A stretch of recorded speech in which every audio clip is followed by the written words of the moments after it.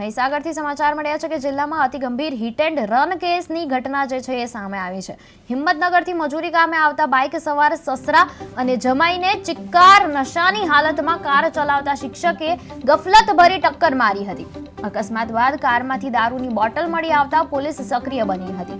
પોલીસે car ચાલકનું licence રદ કરવાની કાર્યવાહી સાથે શિક્ષણ વિભાગને પણ તપાસના આદેશ આપ્યા છે। ત્યારે દારૂ ક્યાંથી મળ્યો તેની પણ તપાસ શરૂ કરી દેવામાં આવી છે। મનુષ્યવધનો ગુનો નોંધી પોલીસે વધુ તપાસ હાથ ધરી છે। ગઈકાલે રાત્રે આશરે 8 વાગ્યાની આસપાસ સુનિલભાઈ દિનેશભાઈ મછાર અને એમના સસરા દિનેશભાઈ વારજીભાઈ ચારેલ કે જે લોકો હિંમતનગર તરફથી મજૂરી કામ અર્થે પરત ફરી રહેલા હતા। તે સમયે બાબલિયા ચોકડી પાસે એક મારુતિ સ્વિફ્ટ કંપનીની ગાડી કે જેના ચાલક મનીષભાઈ કાંતિલાલ પટેલ તથા તેમના ભાઈ મેહુલભાઈ કાંતિલાલ પટેલ જે બાજુમાં બેઠેલ હતા, એ બંને વ્યક્તિઓ નશાની હાલતમાં આ બાઇકને પાછળથી ટક્કર મારી।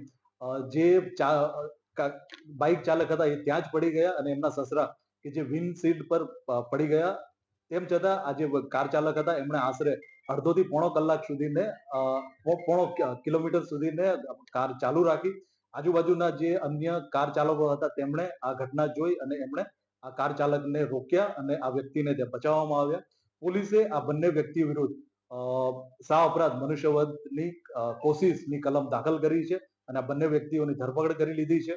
આ જે કાર ચાલક હતા મનીષભાઈ કાંતિલાલ પટેલ, જે વડોદરા ખાતે જરોદ ખાતે પ્રાથમિક શાળામાં શિક્ષક તરીકે ફરજ બજાવે છે। પોલીસે આમનું ડ્રાઇવિંગ લાયસન્સ રદ કરવા માટેની કાર્યવાહી આદરી છે। એના સિવાય શિક્ષણ ડિપાર્ટમેન્ટને પણ લખવામાં આવશે જેથી એમના વિરુદ્ધ ખાતાકીય તપાસ કરવામાં આવે।